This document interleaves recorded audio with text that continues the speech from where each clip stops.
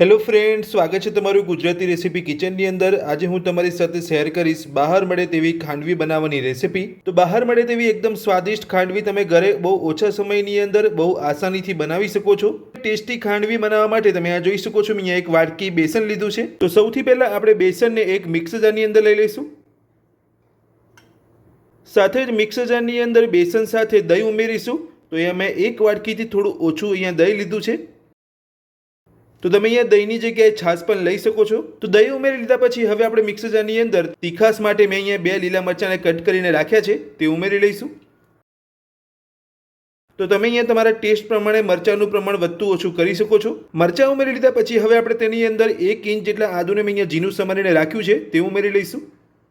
સાથે જ 2 ચપટી જેટલી હિંગ ઉમેરીશું। નાની અડધી ચમચી જેટલી હળદર પાવડર ઉમેરીશું। સ્વાદ પ્રમાણે મીઠું ઉમેરીશું। તો ખાંડવી બનાવવા માટે આપણે અહીંયા બધું જ મિક્સર જારની અંદર ઉમેરી લીધું છે। તો હવે આપણે મિક્સર જારનું ઢાંકણ બંધ કરીને બધું જ પીસી લઈશું। અને મિક્સર જારની અંદર બધું જ પીસતી વખતે તમારે અહીંયા પાણી નથી ઉમેરવાનું। તો પાણીનો ઉપયોગ કર્યા વગર આપણે અહીંયા બધું સરસ પીસી લીધું છે। તો હવે આપણે ચેક કરી લઈશું। તમે જોઈ શકો છો અહીંયા પાણીનો ઉપયોગ કર્યા વગર એકદમ સરસ અહીંયા પીસાઈ ગયું છે। તો આ રીતનું તમારે બધું જ પીસી લેવાનું છે। તો હવે આપણે બધું જ ગાળી લઈશું। મિક્સર જારની અંદર બધું પીસ્યા પછી તમારે આ રીતે બધું જ ગાળી લેવાનું છે। તો બધું જ આપણે અહીંયા ગાળી લીધું છે। તો બધું જ ગાળી લીધા પછી હવે આપણે તેની અંદર 2 વાટકી જેટલું પાણી ઉમેરીશું। તો જે વાટકીથી આપણે બેસન લીધું હતું એ જ વાટકીના માપે આપણે 2 વાટકી જેટલું પાણી ઉમેરીશું। તો 2 વાટકી પાણી આપણે અહીંયા ઉમેરી લીધું છે। તો હવે આપણે બધું સરસ મિક્સ કરી લઈશું। તો પાણી ઉમેરીને આપણે અહીંયા બધું સરસ મિક્સ કરી લીધું છે। તો ખાંડવી બનાવતા પહેલાં તમે આ જોઈ શકો છો, મેં અહીંયા ઢોકળાના કુકરની અંદર પાણી ગરમ કરવા અહીંયા મૂકી દીધું છે। તો તમારે પણ આ જ રીતે ખાંડવી બનાવતા પહેલાં ઢોકળાના કુકરની અંદર પાણી ગરમ કરવા મૂકી દેવાનું છે। અને ઢોકળાના કુકરની સાથે જે ઢોકળાની ડીશ આવતી હોય છે તેની અંદર જ આપણે ખાંડવી બનાવીશું। તો તમે જોઈ શકો છો આ રીતની ડીશ આવતી હોય છે। તો ઢોકળાના કુકરની અંદર પાણી આપણું અહીંયા સરસ ગરમ થઈ ગયું છે। તો આપણે જે ઢોકળાની ડીશ લીધી છે તેને તેલથી ગ્રીસ કરી અને પછી ખાંડવી બનાવી લઈશું। જો તમે આ રીતનું ઢોકળાનું કુકર ઓનલાઈન મંગાવવા માંગતા હોય તો તમને અહીંયા પ્રોડક્ટની લિંક ડિસ્ક્રિપ્શનની અંદર મળી જશે। એ લિંક ઉપર ક્લિક કરીને તમે આ રીતનું ઢોકળાનું કુકર ઓનલાઈન મંગાવી શકો છો। તો હવે આપણે ખાંડવી બનાવવા માટે જે ઢોકળાની ડીશ લીધી છે તેને તેલથી ગ્રીસ કરી લઈશું।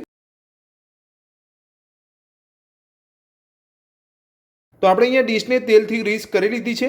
તો હવે આપણે જે ખીરું બનાવ્યું છે ખાંડવીનું તે પાથરી લઈશું।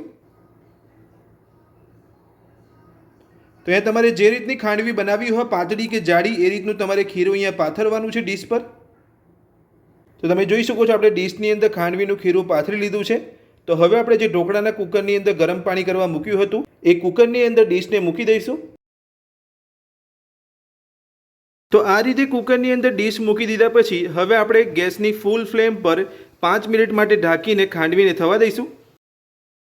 તો 5 મિનિટ જેટલો સમય થઈ ગયો છે। તો હવે આપણે ખાંડવીને ચેક કરી લઈશું।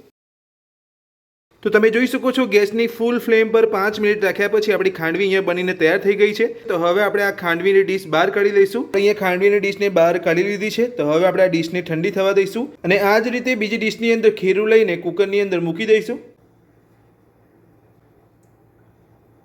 એ જ રીતે તમારે બીજી ડીશની અંદર ખીરું લેવાનું છે, જેટલી તમે અહીંયા પાતળી કે જાડી ખાંડવી બનાવવા માંગતા હોય। તો આપણે એ જ રીતે આપણે કુકરની અંદર ખાંડવી બનવા માટે મૂકી દઈશું અને એ જ સેમ પ્રોસેસની અંદર ગેસની ફૂલ ફ્લેમ પર 5 મિનિટ ઢાંકીને થવા દઈશું। તો ખાંડવીની એક ડીશ આપણી અહીંયા ઠંડી પડી ગઈ છે। તો હવે આપણે કટ કરી અને ખાંડવીનો રોલ વાળી લઈશું। તો આ રીતે તમારે ખાંડવીને કટ કરવાની છે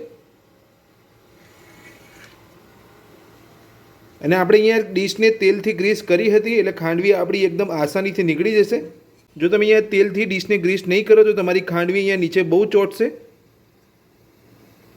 તમે જોઈ શકો છો એકદમ સરસ આપણી અહીંયા ખાંડવી નીકળી રહી છે કટ કર્યા પછી।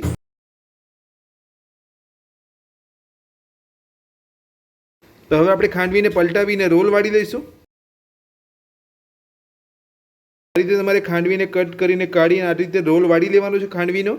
તો તમે જોઈ શકો છો એકદમ બાર જેવી ખાંડવી આપણી બનીને તૈયાર થઈ છે અને રોલ પણ એકદમ સરસ રીતે આપણો વળી ગયો છે ખાંડવીનો। તો આ જ રીતે આપણે બધી જ ખાંડવી બનાવી લઈશું। તો ઘરે તમે એકદમ આસાનીથી બાર જેવી ખાંડવી બનાવી શકો છો।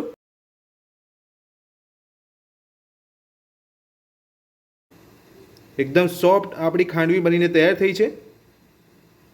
તો 2 થી 3 જેટલી ડીશ મેં અહીંયા ખાંડવી બનાવી લીધી છે અને એક પ્લેટની અંદર સર્વ પણ કરી લીધી છે, તમે જોઈ શકો છો. તો હવે આપણે ખાંડવીનો વઘાર તૈયાર કરીશું. તો ખાંડવીનો વઘાર કરવા માટે તમે આ જોઈ શકો છો, મેં અહીંયા ગેસ ઉપર એક વઘારિયું મૂક્યું છે. તો તેની અંદર આપણે 1 ચમચી તેલ ઉમેરીશું. તેલને ગરમ થવા દઈશું. તેલ આપણું અહીંયા ગરમ થઈ ગયું છે. તો હવે આપણે તેની અંદર અડધી ચમચી રાઈ ઉમેરીશું. રાઈને ફૂટવા દઈશું. હવે આપણે તેની અંદર નાની અડધી ચમચી જેટલા સફેદ તલ ઉમેરીશું. સાથે જ મીઠા લીમડાના પાન ઉમેરીશું. તો ખાંડવીનો વઘાર આપણો અહીંયા તૈયાર થઈ ગયો છે. તો હવે આપણે ખાંડવી ઉપર રેડી દઈશું.